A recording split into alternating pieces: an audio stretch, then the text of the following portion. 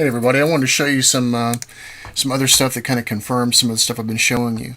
These are all eyes of providence taken from various cathedrals, temples, and what have you. Let's take a look at a couple of them. I want you to take a look at the painting that you see right here. If you see, it looks like this white is coming out of the center of this darkness right here. Some might say, oh, that's a shadow, but it's not. They've actually painted this to make it show that it is looks like the streams of a black hole coming out on both sides. Notice how you always see the fire around these things? It's because this is the fiery heavens that it's actually talking about. The eyes are actually vortexes. And when you take a look in these temples, what you'll find, if we can find one that's close up here, I'll show you what I'm talking about. Notice how the sun is right in the center of that thing.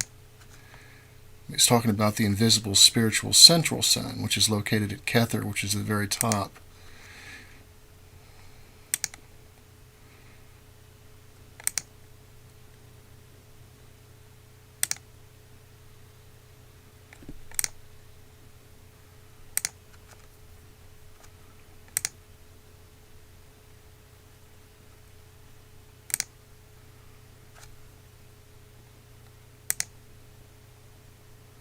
Okay, here's a good example. You see the vortex going into the middle of the eye, and the eye is in the center of the triangle. Here's another good one. This is a temple. You see, this is the yin-yang right here. This is the same as what you might look at when you were looking at the top of a torus, which is what we saw from Nassim Haramein. Notice how the triangle and the vortex is the constant thing that we keep seeing here. I'm going to show you something here in just a second. So, with that in mind, let's take a look at the work from Klaus Dona. These are things he discovered a while back. These are antediluvian pieces of sculptures that he found. This one, very interestingly, just like we saw in Nassim Haramein's video, or his documentary called Black Hole, this right here is actually a tetrahedron. Now this eye that Klaus Dona, he says it looks kind of like an eye, but not really like a human eye. And the reason why is because what's being shown right here, is actually a black hole. The reason why it sits at the very top of this tetrahedron right here is to show that it is the apex of the pyramid of creation. So it's to show that at the very top of this thing we have an eye. It has nothing to do with the dollar bill or anything like that. These are things that go back to antediluvian times, and they understood things that we don't know now. But they are very spiritual, but at the same time they're also an understanding of physical reality as well. At the very top of our physical creation, we have the nebula, and the nebula represents Kether.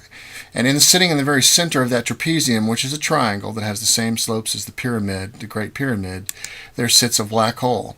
A black hole that we now know, according to even Stephen Hawking, we know that black holes don't just suck everything in, they also emit other things out as well, which also agrees with Nassim Haramein. When we take a look inside Kabbalah, we see that Kabbalah shows that at the very top where we have Kether, right, where the top of where the pineal gland is located, we have Kether, but on the other side of that, and Kether is the black hole, on the other side of that we have what's called Ein Sof R, and that means limitless light. And this also agrees with Nassim Haramein. But this Klaus Dona thing is very interesting because when we take a look at the bottom of it has a picture of the constellation of Orion, and in the writing was according to Klaus Dona, was studied by somebody who knows 42 languages, and this goes way back into antediluvian times, but it says the Son of the Creator comes. Now why is that significant? Because the Son of the Creator, when we understand the esoteric meaning of it, is the firstborn of the infinite. So we have the infinite coming from the other side of the black hole, which is Ein Sof R, which is the cosmic Christ, coming through the black hole. We have the firstborn of the infinite, which is also what Horus was called as well. So we have the nebula, which represents Kether. And it represents the first emanation coming from creation, and that's what the Son of the Creator is. So the very interesting thing about this is that it has the constellation of Orion, and it says the Son of Creator comes, and it's a tetrahedron. Remember, the tetrahedron in Nassim Haramein's work is related to the torus. It's related to the black hole. And then we have the eye on the top of this thing, which also relates us to the black hole as well. So when we take a look at that, and then we take a look at the Orion Nebula, this down here is another rock that Klaus Dona found. And right there where that circle is, in the very center of that triangle, it's very magnetic.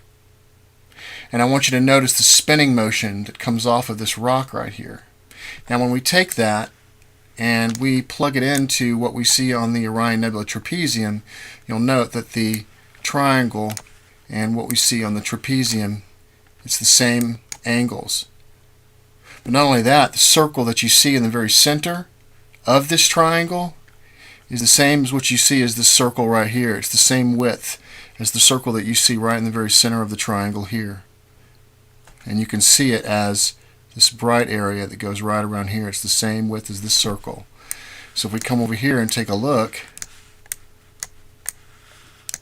we see that it's the same width as that circle right there. And you can see that the same angles apply as far as the trapezium goes. And if we back out and we take a look at the whole Orion constellation, we can see that spiral motion that goes all the way around the Orion constellation. And this is also what was described as well. So we have a black hole, the Son of the Creator being the very center of what we have as always being labeled as Jehovah, the four-letter tetragrammaton, which sits right in the center of this thing, related to a black hole. Also in the Bible, we see things such as the Son of the Creator has his way in the whirlwind. So take a look at Nahum 1:3. The Lord is slow to anger and great in power, and will not at all acquit the wicked. The Lord hath his way in the whirlwind, and in the storm and the clouds are the dust of his feet. Okay, and we see the connection between the Lord, and Lord in capital letters here is the same as the tetragrammaton. It's been substituted in the Bible. So it actually means Yahweh. It means the four-letter tetragrammaton. So he has his way in the whirlwind, and you see that several times, just like when Elijah was taken up to heaven in a whirlwind, same thing. So here's our connection to Orion once again. We even have the Orion constellation connection right here, showing the tetrahedron, which is related to the torus, and then we have the rock down here with the very center of it that's magnetic, having the same angles that we see in the trapezium, very magnetic right here, right in the very center, which is where our black hole is. So anyway, so Klaus Dona and his discoveries support my work as well. Y'all take care.